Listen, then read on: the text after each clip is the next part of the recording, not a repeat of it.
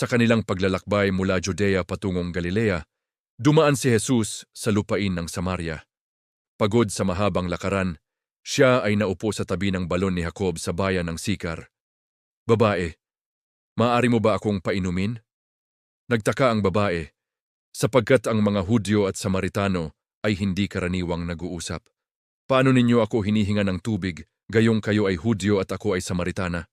Kung nalalaman mo lamang ang kaloob ng Diyos at kung sino ang humihingi sa iyo ng tubig, ikaw sana ang hihingi sa kanya at bibigyan kanya ng tubig na nagbibigay buhay. Ginoo, wala kayong panalok at malalim ang balon.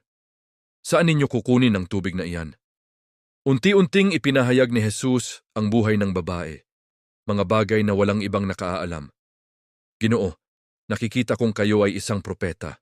Darating ang panahon na ang mga tunay na sumasamba ay sasamba sa Ama sa Espiritu at katotohanan. Alam kong darating ang Mesyas na tinatawag na Kristo. Ako ang nagsasalita sa iyo, ako siya. Halina kayo. Tingnan ninyo ang isang taong nagsabi sa akin ng lahat ng aking ginawa." Siya kaya ang Kristo? Maraming Samaritano ang naniwala kay Jesus dahil sa patotoo ng babae.